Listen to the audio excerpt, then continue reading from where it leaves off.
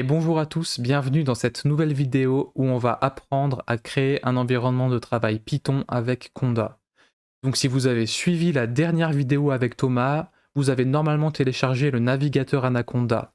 Si c'est pas déjà fait, c'est pas grave, vous pouvez télécharger le navigateur Anaconda maintenant, ou vous pouvez aussi télécharger à la place Miniconda, qui est une version en fait allégée de Anaconda. Ça prendra moins de place sur votre ordinateur et vous aurez tous les outils nécessaires pour suivre l'intégralité de cette vidéo. Donc une fois que Anaconda ou Miniconda est téléchargé, vous allez avoir dans votre ordinateur quelque chose qui s'appelle l'Anaconda Prompt. Donc ici, je cherche Anaconda Prompt, et puis je trouve une application. Donc je l'ouvre et en fait on a un lien qui est l'endroit où je me trouve dans mon ordinateur actuellement. Une commande super importante à savoir, c'est la commande cd, qui est Change Directory. Donc en fait, si je tape cd desktop, ou bureau si votre ordinateur est en français, je fais entrée, et en fait, ici, je viens de me déplacer de cet endroit de mon ordinateur à, en fait, mon bureau.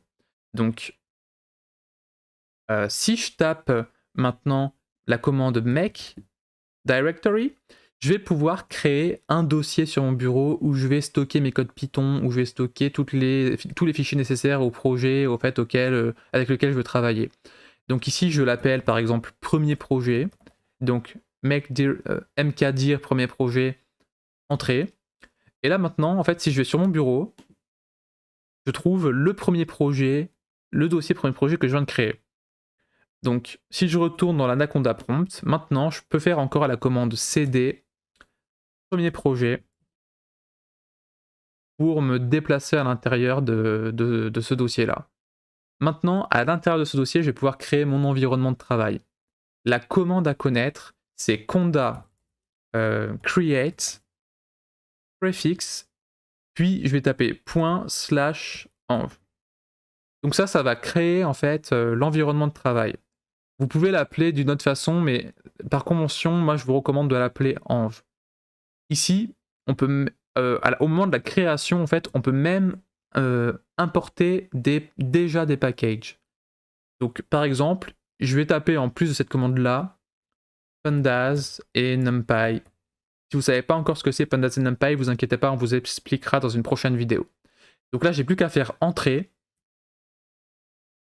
Et en fait, Conda va créer mon environnement et puis télécharger les packages que je lui ai précisé. Donc ici, on me demande si je veux procéder, donc je fais oui, donc Y, yes, entrer.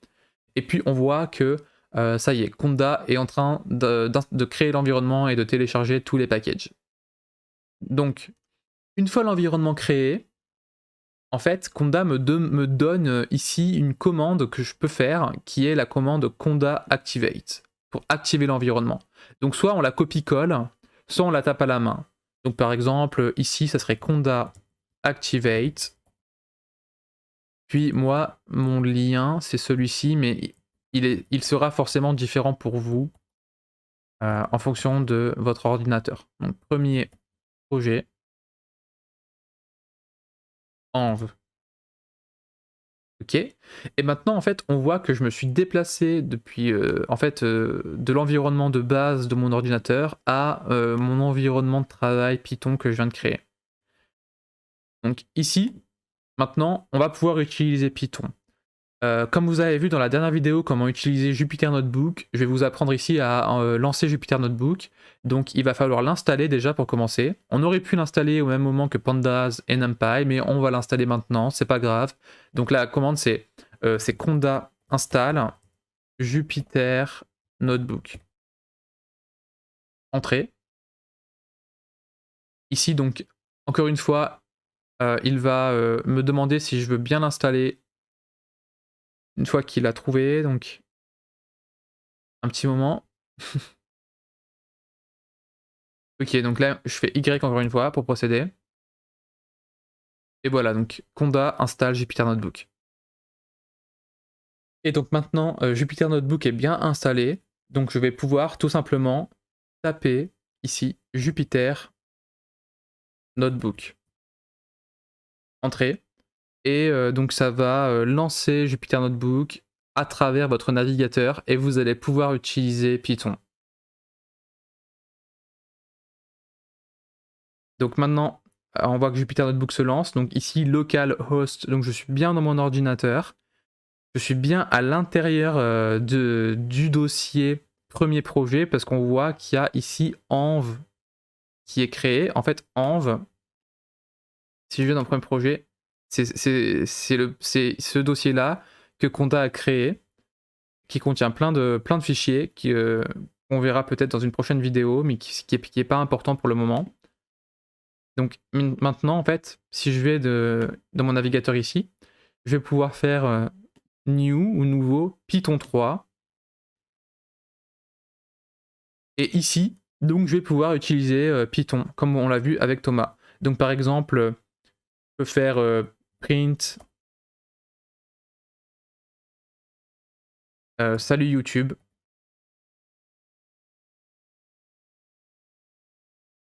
Donc là, on voit bien que Python marche. Et puis je peux aussi importer les packages que j'ai installés. Donc par exemple, ici, on pourrait faire import pandas as PD. Puis on voit en fait que ici ça calcule encore un peu, mais il devrait l'importer dans quelques secondes. Et voilà, donc ça a marché. Donc là, on travaille avec l'environnement. Ici, je peux même renommer mon fichier, donc je pourrais l'appeler premier notebook. Pas très original, mais c'est efficace.